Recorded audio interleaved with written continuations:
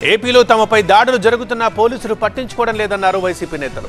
దాడులకు సంబంధించి తమ దగ్గర ఆధారాలున్నాయని, దీనిపై హైకోర్టులో ప్రైవేట్ కేసులు వేయడానికి సిద్ధంగా ఉన్నామని వారు తెలిపారు. ఏపీలో వైసీపీ నేతల ఇళ్లు, శ్రేణులపై జరుగుతున్న దాడులపై ఆందోళన వ్యక్తం చేశారు ఆ పార్టీ నేతలు. కౌంటింగ్ రోజు నుంచే వైసీపీ నాయకులపై దాడులు చేస్తున్నారని మరో మాజీ మంత్రి పేర్ని నాని ఆరోపించారు.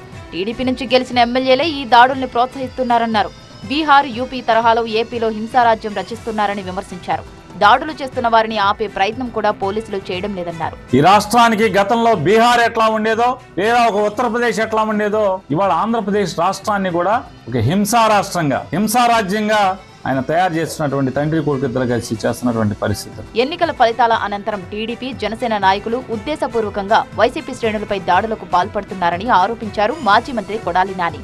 అర్ధరాత్రి ఇళ్లకు వెళ్లి ఆస్తులు ధ్వంసం చేస్తున్నారని, కార్యకర్తలపై దాడులకు పాల్పడుతున్నారని, గ్రామాల్లో వైసీపీ శ్రేణులు ఉండవద్దని హెచ్చరిస్తున్నారని వెల్లడించారు. అల్లరి మూకలు దాడులకు పాల్పడుతుంటే పోలీసులు ప్రేక్షకుల పాత్ర పోషిస్తున్నారని విమర్శించారు. దాడులకు సంబంధించి వీడియోలు, సీసీ ఫుటేజీలు, ఫోటోలు తమ దగ్గర ఉన్నాయని, వైసీపీ జిల్లా తరపున హైకోర్టులో ప్రైవేట్ కేసులు వేయడానికి సిద్ధంగా ఉన్నామని తెలిపారు.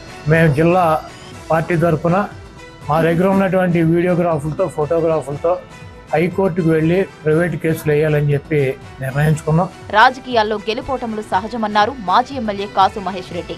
అయితే కొన్ని గ్రామాల్లో హింసాత్మక ఘటనలు జరుగుతున్నాయని ఆందోళన వ్యక్తం చేశారు.